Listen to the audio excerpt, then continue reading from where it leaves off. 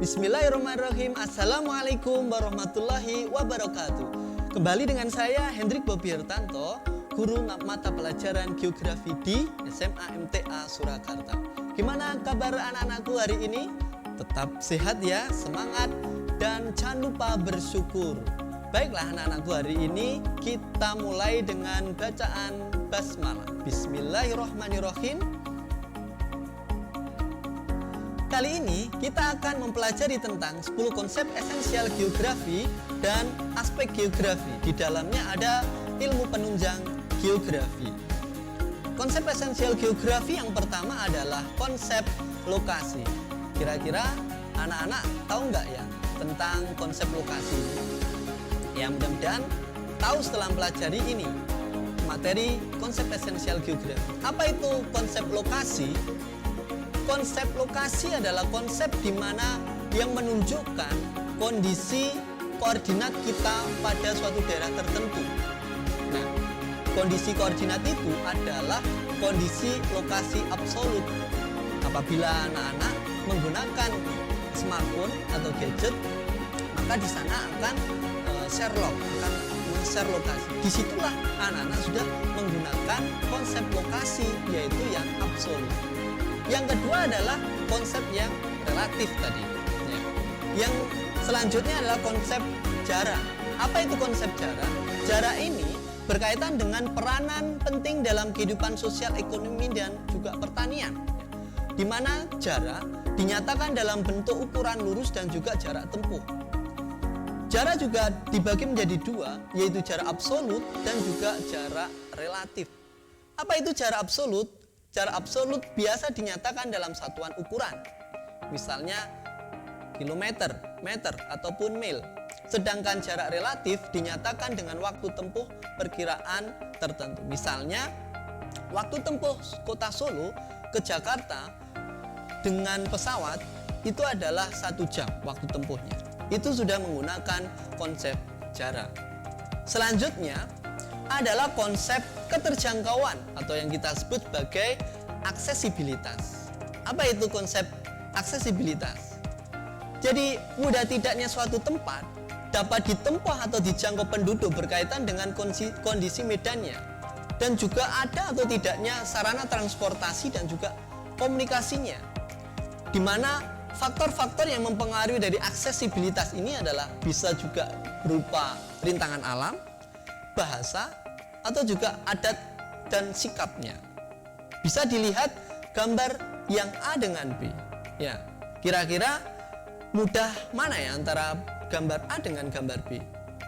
Sudah barang tentu adalah gambar B, karena di sana jembatannya adalah jembatan yang mudah ditempuh. Sedangkan gambar A itu sangat sulit sekali karena di sana sudah mengalami kerusakan. Itulah aksesibilitas, mudah tidaknya suatu daerah untuk ditempuh atau dijangkau. Selanjutnya adalah konsep pola. Berkaitan dengan susunan bentuk atau persebaran fenomena dalam ruang muka bumi, baik itu secara alami maupun buatan. Maka kalian akan melihat bagaimana bentuk pemukiman yang memanjang di sekitar kalian. Pemukimannya ada juga lingkunganmu menyebar.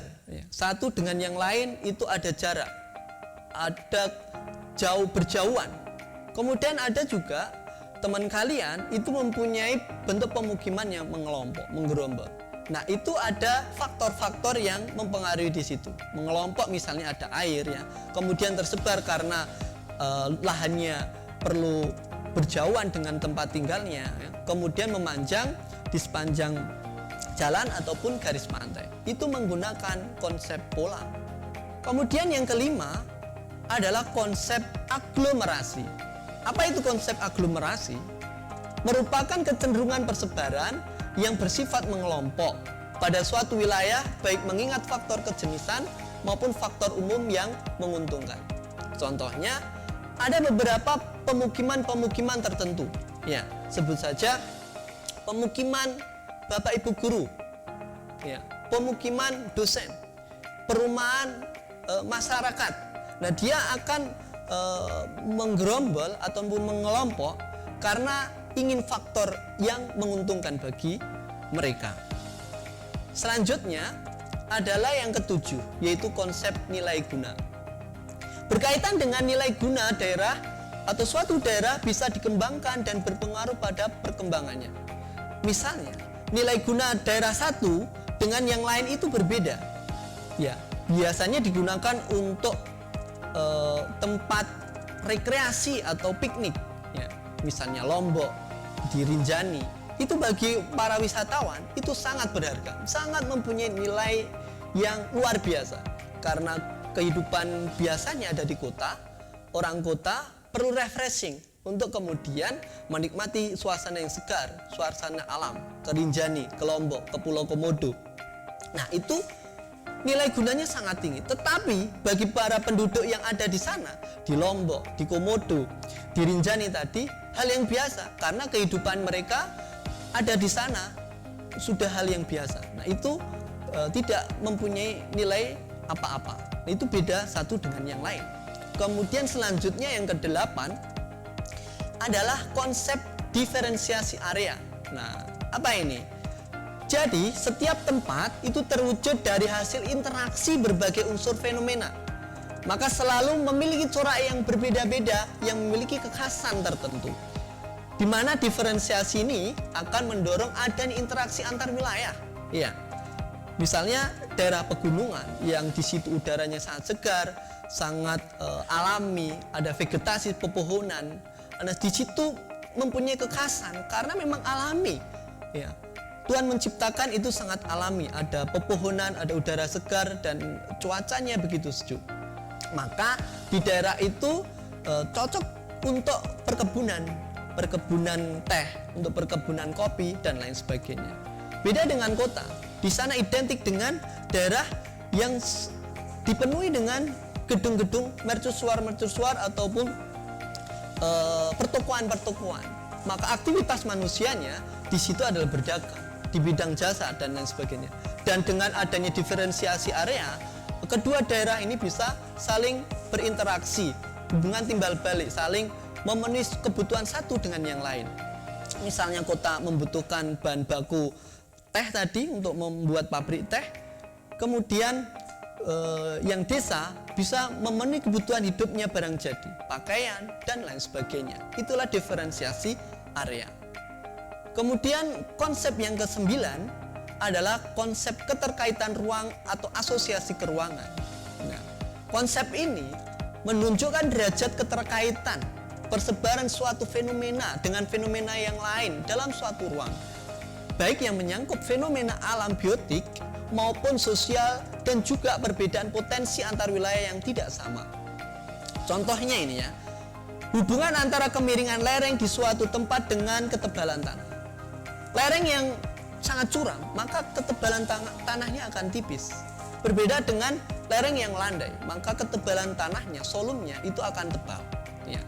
Kemudian lumut, dia akan tumbuh di daerah yang lembab dan teduh. Ya. Kemudian rerumputan itu akan hidup di daerah yang sinar mataharinya penuh. Maka disitulah akan memberikan keterkaitan ruang, asosiasi dan juga keterkaitan suatu daerah. Kemudian yang terakhir adalah konsep interaksi atau interdependensi. Adanya interaksi merupakan peristiwa saling mempengaruhi objek, ya, tempat satu dengan yang lainnya. Dan interdependensi adalah ketergantungan atau keterkaitan interaksi itu. Ya.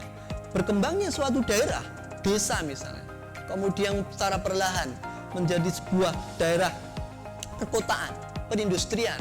Nah, itulah proses di mana adanya interaksi antara lingkungan fisik dan lingkungan sosialnya membentuk suatu komunitas ataupun ekosistem yang seperti itu.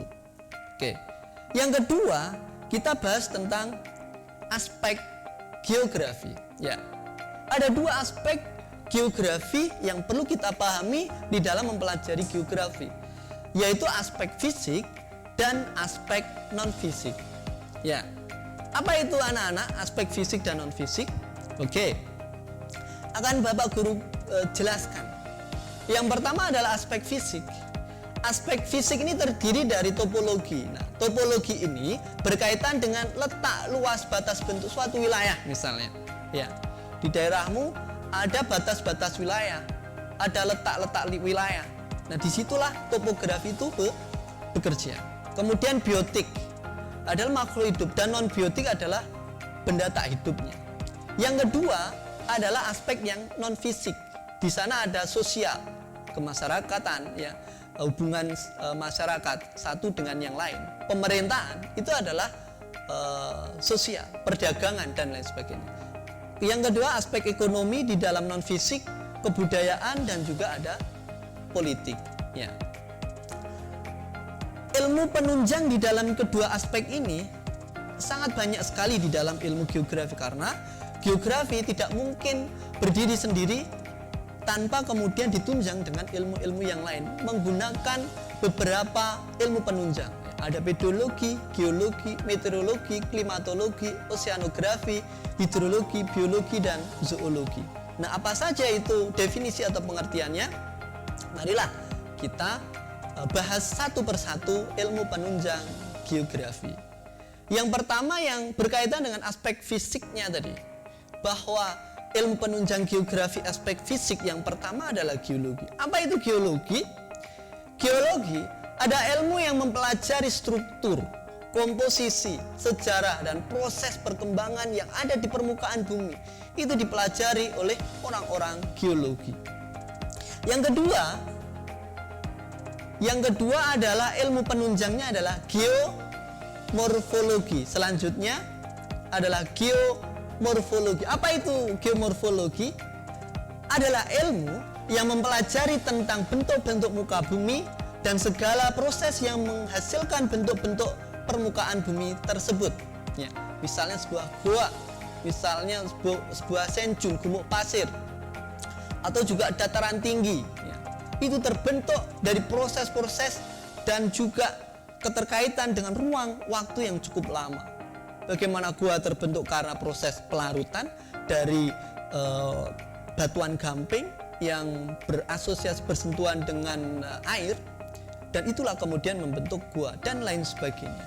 Selanjutnya adalah ilmu pedologi. Ya. Pedologi adalah ilmu yang mempelajari hal atau sifat-sifat tanah. Ya. Ada sifat fisik tanah, ya. ada sifat kimia, ya, warna-warna tanah dan jenis-jenis tanah di dalamnya. Ada litosol, ada andosol, ada kromosol dan lain sebagainya. Itu mempelajari tentang tanah. Pedologi.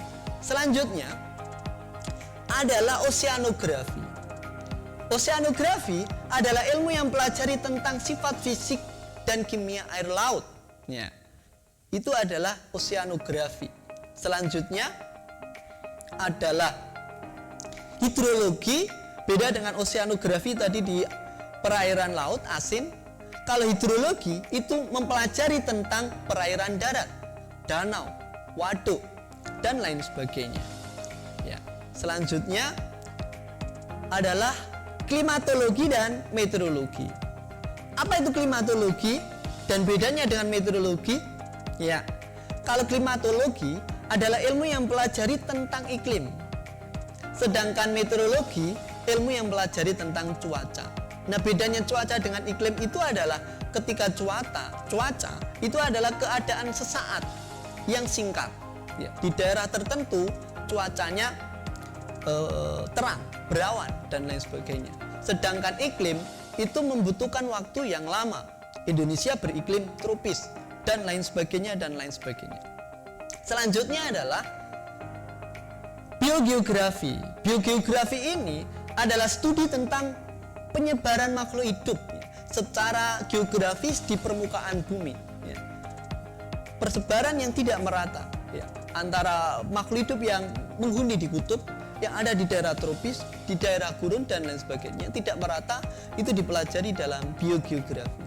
Selanjutnya adalah geomatika, ilmu yang mempelajari perhitungan, statistika, dan pengukuran bentuk luas permukaan bumi. Itu adalah geomatika.